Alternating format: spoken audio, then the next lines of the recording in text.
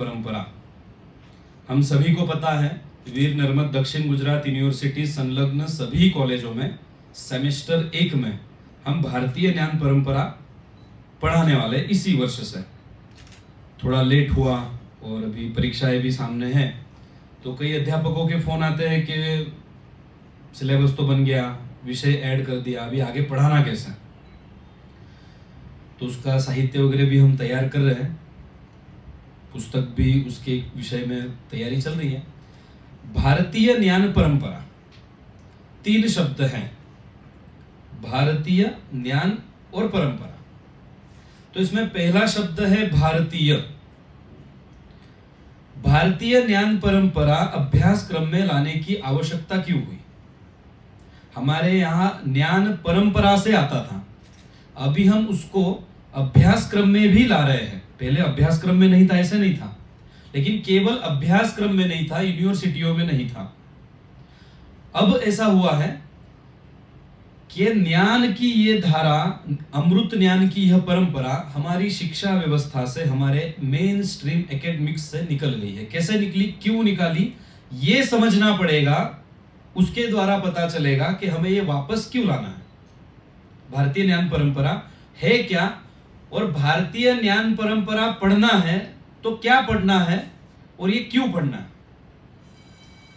तो हमारे देश में हमारी इतिहास की पुस्तकें, समाजशास्त्र की पुस्तकें, साइंस की पुस्तकें या जितनी भी विद्या शाखाएं हैं, फैकल्टीज हैं, सारी पुस्तकें यूरोप केंद्रित है।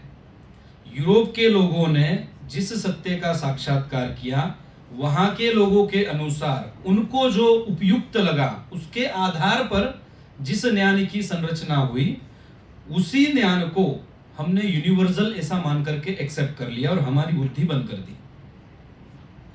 तो ये ऐसे ही हुआ है या इसको योजना पूर्वक एक निश्चित योजना से हमारी आने वाली पीढ़ी तक ये ज्ञान परंपरा नहीं पहुंचे, इसकी योजना हुई है, आज भी हो रही है।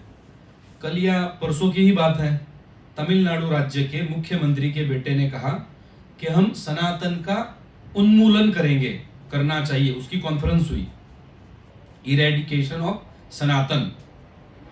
2 वर्ष पूर्व अमेरिका की कई यूनिवर्सिटियों ने एक कॉन्फ्रेंस की जिसका नाम था डिसमेंटलिंग ग्लोबल हिंदुत्व। 1-1.5 साल पहले, 1-1.5 साल भी नहीं हुआ होगा, 1 आध वर्ष हुआ होगा शायद, उससे भी कम, पॉपुलर फ्रंट ऑफ इंडिया, उसका एक डॉक्यूमेंट आया, इंडिया 2047, इंडिया 2047। इसके पहले की जो सरकार थी, उस समय गृह मंत्रालय ने एक डॉक्यूमेंट उन्हें मिला था, भारत सरकार के गृह मंत्रालय को, जिसका नाम था strategy and tactics for Indian revolution. उसके कुछ समय पहले पता चला कि पाकिस्तान ने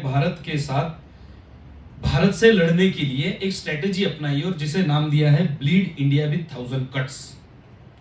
अभी 2-3 महीने पहले एक जॉर्ज सोरोस, ऐसा नाम है ना उसका, एक व्यक्ति की बड़ी चर्चा हुई जिसने कहा कि भारत में ये हिंदुत्व शक्तियों के विरुद्ध जो लड़ेगा हम उसको पैसा देंगे। एक संस्था को कुछ उसने 1 मिलियन या ऐसा कुछ पैसा देने की घोषणा की। तो ये किस चीज को नष्ट करने का प्रयत्न हो रहा है? आप समझो, भारत के अंदर भी अमेरिका का एक बिलियनियर व्यापारी ऐसा कहते हैं कि ट्रंप की सरकार गिराने में उसका रोल है, जॉर्ज सोरोस। उसको भारत से क्या लेना देना? ओपन सोसाइटी फाउंडेशन ऐसी एक संस्था चलाता है, और वो संस्था भारत में भारत विरोधी कार्य करने के लिए, हिंदुत्व को कमजोर करने के लिए जो कोई यहाँ पे इकोसिस्टम है, उसको वो फंड करता है। तो ये क्या प्रयत्न चल रहे हैं? परसों का उदाहरण मैंने बताया, तो उसने उदय निधि, स्टालिन नाम है उसका, उसके बाप का नाम ही वामपंथी के नाम पर है, तो उससे क्या हम अपेक्षा रखें? तो उसने कहा कि जैसे डेंगू कोरोना है, ऐसे सनातन है और हमें इसे खत्म करना है। तो ये जो तमिलनाडु में बोला जा रहा है, अमेरिका की यूनिवर्सिटी में कहा गया dismantling global Hindutva, bleed India with 1000 cuts, ये सब जो हो रहा है ये क्या है? किस चीज को खत्म करने की बात है? भारत की धर्म संस्कृति, भारत की ज्ञान परंपरा को खत्म करने की बात है। और ये अभी हो रहा है ऐसा नहीं है, 2014 से बाद भारत की सरकार बदली है और ये लोग पॉलिटिकली एक्टिव हुए ऐसा नहीं है। ये प्रयत्न 1000 वर्षों से चल रहे हैं। जब विश्व को इस्लामिक बनाने की मुहिम शुरू हुई तब से लेकर, और क्रिश्चियनिटी आई तब से ये प्रयत्न हो रहा है। स्पेन 15 वर्षों में, केवल 15 वर्षों में स्पेन को हराया गया और कन्वर्ट किया गया। वहां की संस्कृति, वहां की परंपरा, वहां का ट्रेडिशनल नॉलेज सिस्टम जो कुछ था 15 वर्षों में खत्म हुआ। उसके बाद ट्यूनीशिया, रोमन समय का ट्यूनीशिया, ग्रेट कार्थेज जैसा बोलते हैं, 10 वर्ष में खत्म कर दिया। इजिप्ट 20 वर्षों में खत्म कर दिया, अर्थात सारे लोगों को मार दिया ऐसा नहीं, कन्वर्ट कर दिया, और जो नहीं कन्वर्ट हुए उन्हें मार दिया। इजिप्ट 20 वर्ष में खत्म हुआ। उसके बाद सीरिया 15 वर्ष में खत्म हुआ। ईरान 30 वर्ष में नष्ट हो गया। तो ईरान तो है, सीरिया तो है, इजिप्ट तो है, देश तो वही है, लोग भी वही है। फिर भी जो प्राचीन पर्शिया था वो ईरान है क्या? वो संस्कृति वहां है क्या? लोग है। तो राष्ट्र बनते कैसे हैं? राष्ट्र बनते हैं भूमि से, संस्कृति से और समाज से। उनके पास भूमि भी है, समाज भी है, वो संस्कृति नहीं रही। यही आक्रमण भारत में भी हुआ है। जिन शक्तियों ने 10-15 साल में, 20 साल में देशों के देश खत्म कर दिए, वही फोर्सेस भारत में पिछले 1000 वर्ष से प्रयत्नशील है। तो भारत तो खत्म नहीं हुआ। सोचने का विषय है ना। जहां 15-20 वर्षों में पूरा राष्ट्र इन लोगों ने खत्म कर दिया, संस्कृति बदल दी, भाषा बदल दी, आइडेंटिटी बदल दी, परंपराएं बदल दी, उसकी जो मूल चेतना थी उस चेतना को ही नष्ट कर दिया। भारत के संदर्भ में भारत की चेतना लहूलुहान हुई पर नष्ट नहीं हुई। और जहां 15, 20, 30 वर्ष में राष्ट्र खत्म हुए, भारत खत्म क्यों नहीं हुआ? उसका कारण है भारतीय ज्ञान परंपरा का वैशिष्ट्य। क्या वैशिष्ट्य है? इन राष्ट्रों को उन्होंने राष्ट्र को खत्म करने के लिए सारे लोगों का नाश करने की आवश्यकता नहीं है। उसका मंत्र बदल दो, उसका विमर्श बदल दो, उसकी सोच बदल दो, राष्ट्र खत्म हो जाते हैं। आज जो पारसी समाज हमारे यहां है, मूलतः वो ईरान का है, पर्शिया का है। जो आज ईरानी लोग हैं, मूल वो पर्शियन लोग हैं, पर उनकी संस्कृति बदल दी, भाषा बदल दी, भोजन बदल दिया, भूषा बदल दी, तो राष्ट्र खत्म हुआ कि नहीं? तो भारत खत्म क्यों नहीं हुआ? वो भारतीय ज्ञान परंपरा के कारण। इन्होंने क्या किया? वहां जो सिस्टम थी, एक धर्मगुरु को पकड़ के मार दिया, एक पुस्तक जला दी, एक संस्था जला दी। एक मतलब संख्या में एक नहीं, वो सिस्टम खत्म की, राष्ट्र खत्म हुआ। भारत में जब ये लोग आए, किसी ने महमूद गजनी को बोला कि भारत का ज्ञान भारत के मंदिरों में है, तो महमूद गजनी ने सोमनाथ तोड़ा, कई बार तोड़ा, कई मंदिर तोड़े। भारतीय ज्ञान परंपरा, भारतीय हिंदू धर्म संस्कृति खत्म हुई क्या? फिर औरंगजेब को किसी ने बोला ये जो सिस्टम समझना पड़ेगा ना, खत्म करना हो तो उसे ऐसा लगा कि ये जो काशी के पंडित हैं उनको खत्म करने से इस संस्कृति का नाश किया जा सकता है। उन्होंने क्या किया? हमने कई कहानियां सुनी है।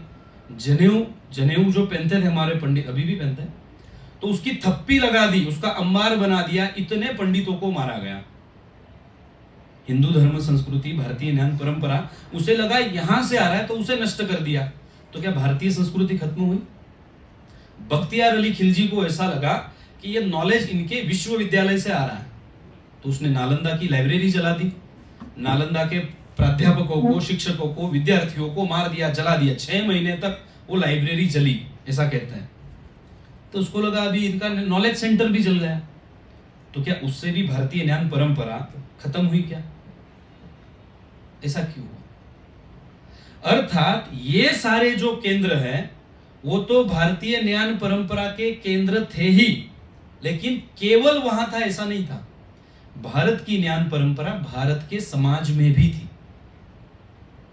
जैसे गुरुजी ने अभी बताया कि भारत की मां पारंपरिक रूप से 8-10 विद्या शाखाओं का तो नॉलेज रखती है, पाक शास्त्र से लेकर के और कई विषयों का। तो हमारे यहाँ पे ज्ञान केवल संस्थागत नहीं है, हमारे यहाँ नॉलेज पीढ़ी दर पीढ़ी ट्रांसफर होता है, इसलिए उसे परंपरा कहते हैं।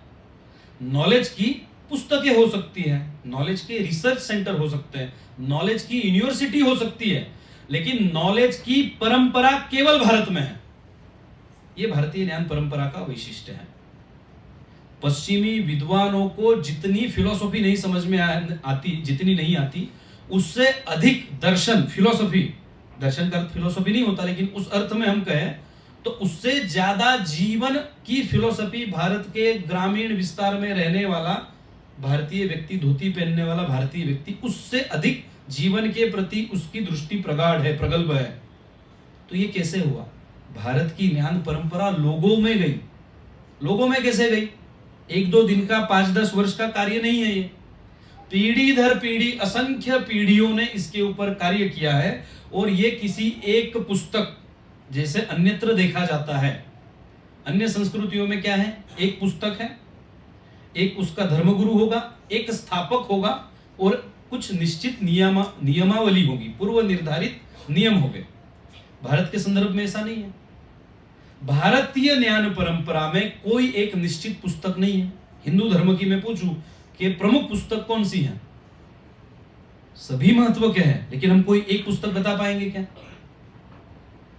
बता पाएंगे? हिंदू धर्म की, भारतीय ज्ञान परंपरा की कोई पूर्व निर्धारित नियमावली नहीं है कि ये करोगे तो तुम अच्छे भारतीय, अच्छे हिंदू हो, ये नहीं करोगे तो तुम हिंदू नहीं हो। हिंदू होने के लिए कुछ भी होना आवश्यक नहीं है कि ये होगा तो ही ये होगा, ऐसा मतलब इसका यह अर्थ नहीं कि हमें कुछ पालन ही नहीं करना है, लेकिन कुछ ना करने से हम हिंदू मिट नहीं जाते, हिंदू हमारा होना मिट नहीं जाता। फिर जब भारतीय ज्ञान परंपरा की बात आई तो मैंने कहा ये लोग नष्ट क्यों नहीं कर पाते? क्योंकि इसके मूल, इसकी प्राण शक्ति किसी एक वस्तु से नहीं आती, किसी एक संस्था से नहीं आती, किसी एक पुस्तक से नहीं आती। तो हमारा ये सारा जो कुछ है वो चैतन्य से आता है, प्रज्ञा से प्रवाहित होता है। तो जब तक मनुष्य की चेतना जीवित है, मनुष्य में चेतना की विकसित होने की संभावनाएं शेष है, हिंदू संस्कृति को कोई नष्ट नहीं कर सकता। टेक्निकली पॉसिबल नहीं है। ऊर्ध्वमूलम वा शाख एषो अश्वत्थ सनातन, ऐसा ये वृक्ष है जिसके मूल ऊर्ध्व में है और फल नीचे है। तो इन लोगों ने क्या किया? फल तोड़ने की कोशिश की। इन्हें ऐसा लगा कि जो फल है ये सारे हमारे फल थे, हमारे मंदिर, हमारा धर्मशास्त्र, हमारी साइंस की सारी ट्रेडिशन। उन्हें ऐसा लगा कि इसे खत्म कर देंगे तो ये ज्ञान परंपरा, ये संस्कृति खत्म हो जाएगी। शिल्प नष्ट करने से शिल्पकारिता नष्ट नहीं हो जाती। जब तक शिल्पकारिता है, शिल्प तो हम फिर भी बना लेंगे। पर हुआ क्या? शिल्प नष्ट करने की ये सतत की प्रक्रिया से हम अपनी शिल्पकारिता भूल गए। हमारी चेतना लहूलुहान हुई और हमने हमारी आत्मश्रद्धा खो दी और हमारे मन में एक ऐसा भाव आया कि ये सब तो बकवास है। Knowledge means which is written in English only. Literature क्या है? तो ये 1-2 जो वहां के राइट, उनका भी है, वही केवल है। भारत में तो ऐसा कुछ हुआ ही नहीं। भारत में साइंस में कोई काम नहीं हुआ, भारत में लिटरेचर में कोई कार्य नहीं हुआ, भारत में आर्ट कल्चर, हम एजुकेट ही अंग्रेजों के आने के बाद हुए ना। ये भारत के उच्च शिक्षा संस्थानों में, क्या मैं तो ये कहता हूं कि यूपीएससी की तैयारी में बिपिन चंद्रा की पुस्तक है, आपने शायद कई लोगों को पता होगा, आधुनिक भारत का इतिहास में। उस पुस्तक की शुरुआत इस वाक्य के साथ है कि भारत में संस्कृति, कल्चर मुगलों के आने से आया।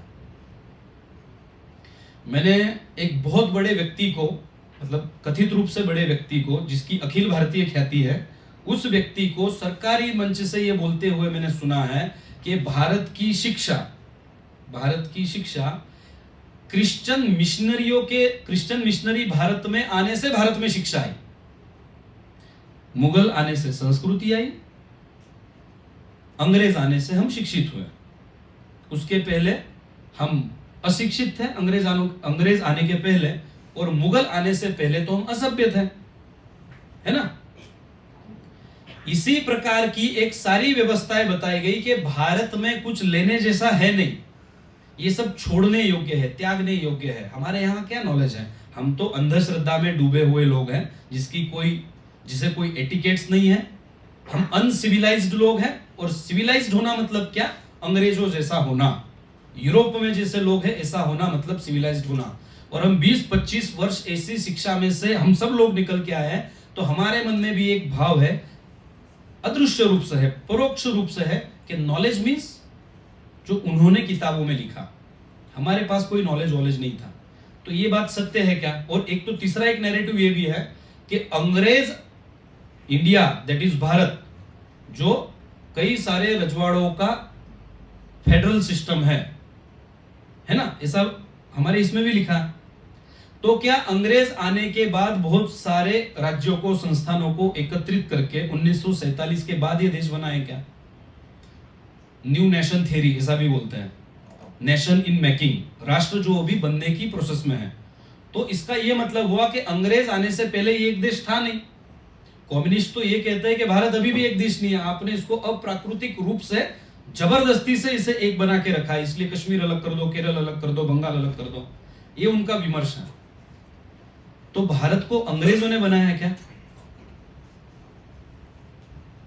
ऐसा कहते हैं, हिमालय समारभ्यम यावत इंदु सरोवरम तद्देव निर्मित देश हिंदुस्तान प्रचक्षते। भारत को अंग्रेजों ने नहीं बनाया, देव निर्मित देश, इस राष्ट्र को देवों ने बनाया। वेदों में एक ऋचा है जिसका यह अर्थ होता है कि भद्र की इच्छा रखने वाले वेदों के ऋषियों ने तप किया, और उस तप से सबके कल्याण की कामना करके जो तप किया, उस तप से राष्ट्र बल और ओज का उत्पन्न हुए। तो भारत तो कोई 47 में नहीं बना है ना। भारतीय संस्कृति कितनी पुरानी, अभी यहां शुरुआत में बोल रहे थे कि कम से कम 5000 वर्ष पुरानी हमारी संस्कृति है। तो हमें जो आर्कियोलॉजिकल जो चीजें मिलती है, हम उसका कार्बन डेटिंग करते हैं, तो कभी 5000 का हमारे सामने आंकड़ा आता है, कभी कुछ और मिलता है। सोनभद्र में कुछ चीजें मिली हैं तो उसके आधार पे बोला गया कि 50,000 तो कम से कम होगा। ऐसा सब अलग अलग आंकड़े आते हैं। तो हम मान लेते हैं कि चलो मान लो कि 5000 वर्ष ही गिन लो। तो कोई भी समाज, कोई भी सिविलाइजेशन बिना किसी राजनीतिक व्यवस्था के, बिना किसी ज्ञान परंपरा के, बिना किसी साइंस के, बिना किसी सामाजिक सिद्धांत के 5000 वर्षों तक सरवाइव कर सकती है क्या?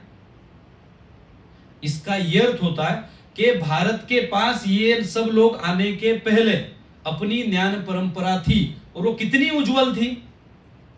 तो अभी जेएनयू के एक प्रोफेसर ने, उत्साह पटनायक ऐसा उसका नाम है, उन्होंने एक रिसर्च के द्वारा एक आंकड़ा दिया है, और एस जयशंकर जी ने भी उसको इंटरनेशनल मंच से 2-3 जगहों पर बोला कि भारत की, जब अंग्रेज आए भारत में, तो इस 150 वर्षों में भारत में से 45 ट्रिलियन डॉलर की लूट अंग्रेजों द्वारा की है।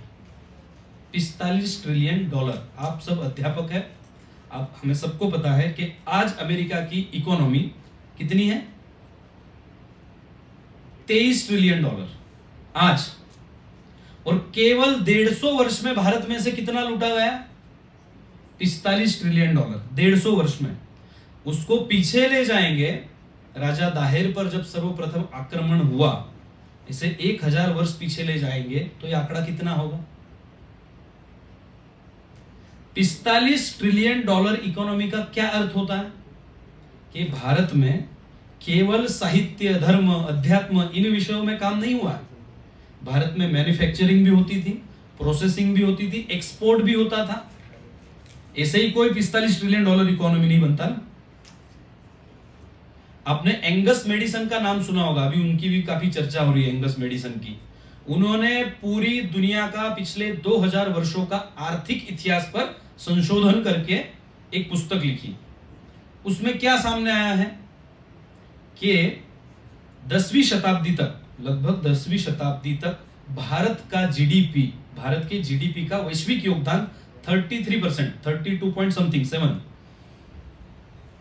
तो इतना 33% भारत का जीडीपी 10वीं शताब्दी तक रहा। इसका क्या अर्थ होता है? सूरत में एक 84 तालुका है, सबने सुना होगा। मैं एक विषय में थोड़ा अध्ययन कर रहा था, मुझे पता चला इस 84 तालुके का नाम कैसे पड़ा है, 84 कैसे पड़ा है। तो सूरत के बंदर पर 84 कंट्रीज के जहाज खड़े रहते थे व्यापार के लिए आए हुए। 84 इसके ऊपर से 84 सा नाम पड़ा। तो हम दीनहीन, जिसके पास कोई नॉलेज नहीं है, साइंस की कोई समझ नहीं, ऐसे लोग थे क्या हम? फिर उसके बाद 10वीं शताब्दी के आगे आगे, गूगल पे अवेलेबल है, आप एंगस मेडिसन लिखना तो उसका वो आपको ग्राफ मिल जाएगा, उसका थोड़ा अध्ययन करना। तो 10वीं शताब्दी के बाद हमारा ग्राफ नीचे आता गया। क्या हुआ है 10वीं शताब्दी के बाद? आक्रमण हुए हैं। उन आक्रमण, ऐसा कहते हैं कि यूरोप में औद्योगिकरण हुआ, क्रांति हुई, औद्योगिक क्रांति हुई। भारत औद्योगिक क्रांति की बस चूक गया, इसलिए पीछे रह गया। हम बस नहीं चूके, आपने हमें उस बस के टायर के नीचे कुचला। भारत की ज्ञान परंपरा को इन्होंने खत्म कैसे किया? हम सब ने वो ढाका के मलमल की बात सुनी होगी, अंगूठी में से वो है कई जगहों पर। तो बंद कैसे हुआ? अंग्रेजों ने भारत में ये जो वीवर्स थे, जो ये सब काम में जुड़े हुए लोग थे, परंपरागत ये लोग थे, उनके अंगूठे काट दिए। हमारे यहां पुराने जो सारे भवन हैं वो भवन पत्थर से बने हुए हैं। ये पत्थर से भवन बनाने वाली एक कम्युनिटी वो भीख मांगने पर, चोरी करने पर मजबूर हो गई, क्योंकि अंग्रेजों ने एक अध्यादेश निकाला कि कोई भी सरकारी भवन पत्थर का नहीं बनेगा, ईंट से बनेगा। ये लोग बेरोजगार हो गए। इस प्रकार सिस्टमेटिकली भारत की ज्ञान परंपरा को खत्म कर दिया। अब आप बोलोगे कर दिया तो कर दिया, तुझे क्यों इतनी तकलीफ हो रही है? और उसे वापस लाके करना क्या है? एक मन में ये भी होता है ना, भारतीय ज्ञान परंपरा। मैं एक जगह बात कर रहा था तो उन्होंने कहा ये भारतीय ज्ञान परंपरा आप बोल रहे हो कि दक्षिण गुजरात में इसको लागू कर दिया, 7 जिलों की 250 से ज्यादा कॉलेजें पढ़ेगी। भारतीय ज्ञान परंपरा वापस ला करके आप करना क्या चाहते हो? आप फिर से वो मटके में वो रख करके विद्युत उत्पन्न करना चाहते हो क्या? जैसा आपके लोग बताते हैं कि पहले भी ऐसी बैटरी काम करती थी जिसके अंदर हम मटका, सुना होगी ना ये बात आपने, तो बोले आप फिर से वो करना चाहते हो क्या? तो ये मैकॉले पुत्र होने के लक्षण है। भारतीय ज्ञान परंपरा का अर्थ ये नहीं है कि हम पहले से वापस वो मटके रख करके उसमें से विद्युत उत्पन्न करें। मैंने उसे कहा हम भारतीय ज्ञान परंपरा के आधार पर एप्पल फोन बनाएंगे। तो आपको भी अजीब लगा होगा, है ना? मैं पूर्ण जवाबदारी के साथ ये बोल रहा हूं, आप भी घर पे जाकर के अध्ययन करना। एप्पल का फोन भारतीय ज्ञान परंपरा की प्रोडक्ट है। मैं ये नहीं कह रहा हूं कि स्टीव जॉब्स ने भारतीय ज्ञान परंपरा की वो आपका सेमेस्टर 1 में पढ़ाई की और फिर उसने वो बनाया। स्टीव जॉब्स स्वयं ये स्वीकार करता है कि उसने एप्पल का जो डिजाइन किया है, उसका जो कॉन्सेप्ट, एप्पल का पूरा डिजाइनिंग में पूरा स्टीव जॉब्स का विजन है।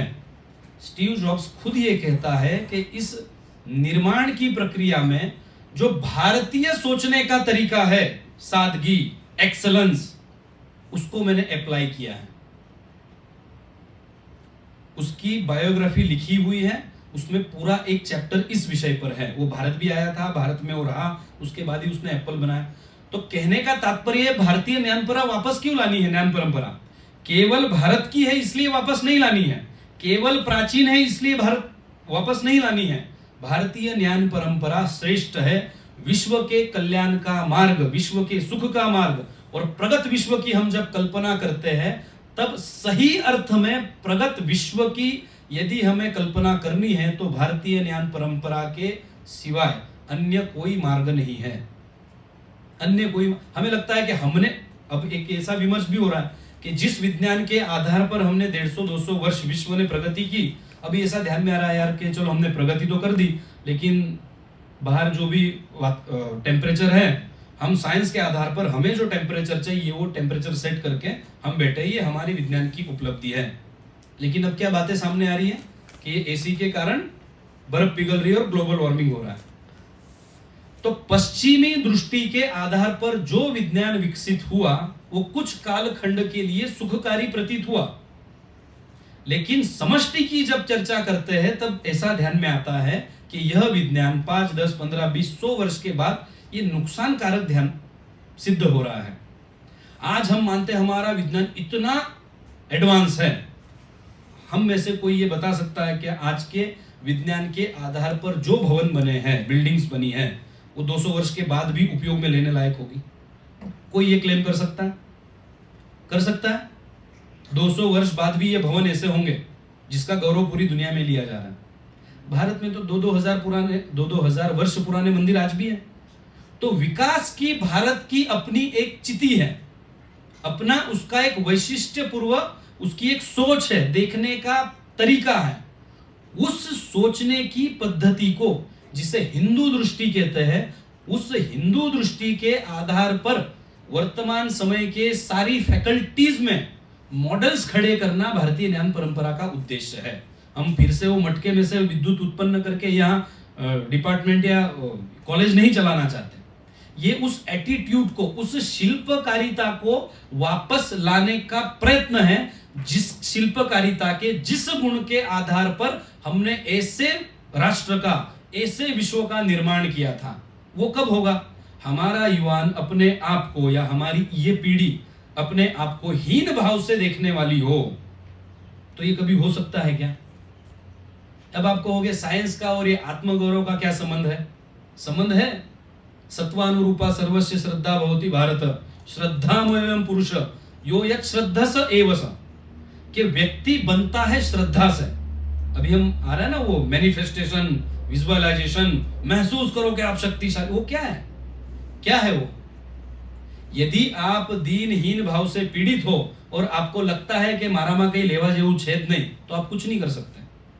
आत्मगौरव होना, आत्मश्रद्धा होना, अमोघ आत्मश्रद्धा की आवश्यकता है। जापान में अध्ययन हुआ कि कोई भी राष्ट्र महान, सशक्त, समृद्ध कैसे होता है, तो उस राष्ट्र के लोग उस राष्ट्र के प्रति राष्ट्रभक्ति का भाव रखना ये पहली कंडीशन है। हमारे अंदर भी है, लेकिन हमारे अंदर वो आत्मगौरव नहीं है। मैं केवल आपकी बात नहीं कर रहा हूं, ओवरऑल ऐसा चित्र है कि हमें ठीक ठीक लगता है कि ठीक से થઈ ગયો સેમિનાર घरे जता नहीं। पर भारतीय ज्ञान परंपरा को वापस मुख्य धारा में लाने का अवसर हमें मिला है। ये एक क्रांति करने का हमें अवसर मिला है। भारतीय ज्ञान परंपरा में क्या पढ़ाना, वो सब हम अध्ययन करें ना। गुरुजी ने कहा सब बातें अभ्यासक्रम में आनी चाहिए, ऐसा नहीं है। हमें क्या करना है, हमारा दायित्व क्या है, ये समझ में आना चाहिए कि हमें उस प्राचीन वैभव को फिर से वापस लाना है आधुनिक देश काल परिस्थिति के अनुसार। तो क्या करना पड़ेगा? हमें अपने रूट्स से जुड़ना पड़ेगा। विज्ञान कितना भी आगे बढ़ जाए, जो अपनी जड़ों से कटा है वो वृक्ष कभी बड़ा हो सकता है क्या? कोई भी टेक्नोलॉजी डेवलप कर दो, कोई भी टेक्नोलॉजी, जब तक वो वृक्ष अपनी जड़ों से जुड़ा है, जहां से उसे प्राण शक्ति प्राप्त होती है, वो प्राण शक्ति से कोई भी वृक्ष कट जाएगा, कोई भी राष्ट्र अपनी जड़ों से कट जाएगा तो वो नष्ट हो जाएगा 3 पीढ़ियों के अंदर। विश्व में उदाहरण देख लो, जिन जिन राष्ट्रों का पतन हुआ है वहां क्या हुआ है? पहले अपनी मूल चेतना को छोड़ करके, अपनी एकता के, अपने आइडेंटिटी के जो नेचुरल मूल आधार है उसे छोड़ करके अप्राकृतिक आर्टिफिशियल आधारों के अनुसार जिन राष्ट्रों ने प्रगति करने का प्रयत्न किया है, उनकी अभी क्या स्थिति है? पाकिस्तान को देख लो, वो अपनी मूल संस्कृति को नहीं मानता, वो कहता है अरब के लोग हैं, जबकि वो नहीं है, है ना? क्या स्थिति उसकी? एक देश है इजराइल, 2000 वर्ष तक अपनी भूमि से अलग रहा, फिर जब वापस आया उसने अपने स्व के आधार पर अपने राष्ट्र की रचना की। छोटा सा देश है, शत्रुओं से घिरा हुआ है, फिर भी मजबूताई से खड़ा है ना, प्रगत है ना। तो विकास अर्थात क्या? विकास कैसे प्राप्त किया जा? पहले तो विकास अर्थात क्या? भारत की सोच सर्वे भवन्तु की सुखिन की सोच है।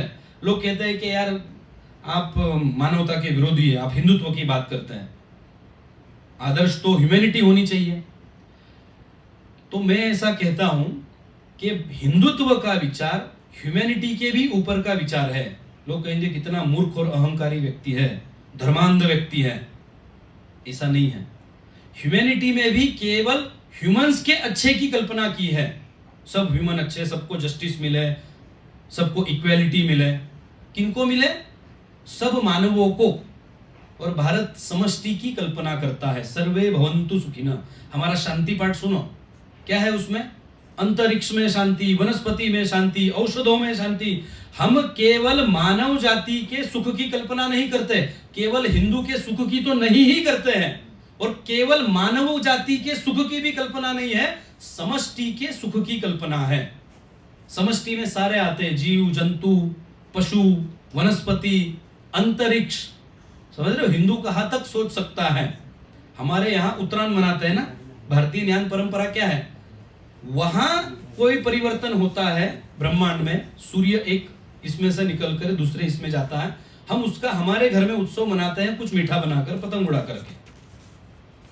ये आपको नहीं लगता एक श्रेष्ठ सभ्यता होने का एक परिमाण है कि ब्रह्मांड में कुछ बदल हो रहे हैं, हम उसका उत्सव मना रहे हैं। और हम कितना सूक्ष्म सोचते हैं, कितना सूक्ष्म सोचते हैं कि हम प्रत्येक वस्तु को ब्रह्मांडीय बदलाव के अनुसार अपने आप को एडजस्ट करते हैं, उसके अनुरूप जीते। हम इको फ्रेंडली नहीं है, हम एक रूप होकर के जीने में मानने वाले लोग हैं। मैंने आपसे कहा कि भारतीय ज्ञान परंपरा एक समय विश्व में को लीड करती थी, अब हमारी ऐसी स्थिति नहीं है क्योंकि हम पीछे रह गए। इसको यदि वापस हमें उस स्थिति में पहुंचना है, हम सब में से सारे लोग ऐसा चाहते हैं कि भारत फिर से उन्नत राष्ट्र बने। आज अमेरिका के लिए जो विश्व में स्थिति है, दृष्टि है अमेरिका को देखने की, वो स्थिति हम प्राप्त करें, तो उसका एकमात्र मार्ग है भारतीय ज्ञान परंपरा। हमें अपनी रूट से जुड़ना होगा, हमें हमारी जो प्राण शक्ति हमें जहां से प्राप्त होती है, हमें उससे कनेक्ट होना पड़ेगा, उसके अलावा हम नहीं हो सकते। और अगर हो भी जाए, ऐसा कहते हैं ना कि शेर सर्कस में भी नाचता है, वो जो भी कलाकृतियां प्रस्तुत करता है, तो सिंह या शेर वो सर्कस में परफॉर्म करें, ये विकास तो है। शेर ऐसा तो करते नहीं है, लेकिन क्या वो प्रगति है? सही मायने में शेर की प्रगति है? ऐसे सिंह को अच्छा सिंह माना जाएगा जो सर्कस में नाचता हो? तो हमें अपने विकास का क्या मॉडल है, हमें अमेरिका जैसा भी नहीं बनना है, हमें भारत का अपना विकसित भारत का मॉडल हमें बनाना पड़ेगा। हो सकता है हम विश्व के सबसे धनी देश ना हो, हम विश्व के सबसे श्रेष्ठ देश तो बन ही सकते हैं, उसका हमारा अपना मॉडल डेवलप करना पड़ेगा। लेकिन वो कब होगा? मैंने कहा जब हम अपनी मूल चेतना से जुड़ेंगे, हमारे भारत के युवान विद्यार्थी उस चेतना से जुड़ेंगे, उस दिशा में अध्ययन करेंगे, शोध करेंगे, आगे बढ़ेंगे, अपने स्व के आधार पर भारत की रचना करेंगे, तब ये होगा। और वह करने का एक पुण्य दायित्व, एक अपॉर्चुनिटी, अवसर हम सबको मिला है। यदि उसे करना है तो भारतीय ज्ञान परंपरा में क्या है, अब ये सब सुनकर के हमें अगर इंटरेस्ट नहीं आ रहा है ना, तो समझ लेना कि मैकॉले अभी भी हमारे मन मस्तिष्क पर हावी है। मैक्स मुलर ने अपनी पत्नी को ऐसा बोल रहा है, मैक्स मुलर ने अपनी पत्नी को एक पत्र लिखा है जिसमें वो कहता है, we colonised India once but we need to colonised India once again. तो ये वंस अगेन क्या है? भारतीय लोगों के मस्तिष्क पर अपनी कॉलोनी बनाना, उसके दिमाग को, उसकी चेतना को कॉलोनाइज करना, कि वो भले रहेगा यहां का लेकिन सोचेगा उनके जैसा। तो इस ट्रैप में से हमें हमारी आने वाली पीढ़ी को, हमारे विद्यार्थियों को निकालना हो तो पहले हमें निकलना पड़ेगा। और यदि हमें निकलना है तो आया वो तो क्या बोला लीदा मैडम में बिहार लीदा हमने, ये सोच में से निकलकर थोड़ा अध्ययन करना पड़ेगा। ये हम सबको होगा, हम शिकार हुए ना पिछले 70 वर्षों से, तो स्वतंत्रता के बाद प्रयत्न हुए, उसके पहले 1000 वर्ष प्रयत्न हुआ है। तो मन में ये भाव आएंगे, यार नવું લાવ્યા ભારતીય જ્ઞાન પર। मुझे से फोन आते कि તમે एक पुस्तक આપો ને કે જેમાં પ્રશ્નો નીચે उत्तर લખેલું હોય, हमारा બધું हुका वाचવું पड़े। तो मैं मानता हूं ऐसा होता है कि इतना वो बर्डन होता है, पढ़ाने का शेड्यूल होता है, लेकिन थोड़ा हम अपने दायित्व को भी समझे कि यूनिवर्सिटी ने बोला है और प्रिंसिपल मैडम ने बोला है पढ़ाना है तो ठीक है कुछ कर देंगे। इस भाव से निकलकर भारतीय ज्ञान परंपरा के एसेंस को समझना पड़ेगा कि ये क्यों लाना है। और यदि हम इस एटीट्यूड को प्राप्त करेंगे तो भारतीय ज्ञान परंपरा समझने के लिए 1 महीना पर्याप्त है, क्योंकि हमारे अंदर, हमारे भीतर वही डीएनए है, उसको जगाना पड़ेगा। बाकी सब तो अपने आप हो जाएगा। कुछ बोलने में भूल चूक हो गई हो तो क्षमा करें। धन्यवाद। भारत माता की जय।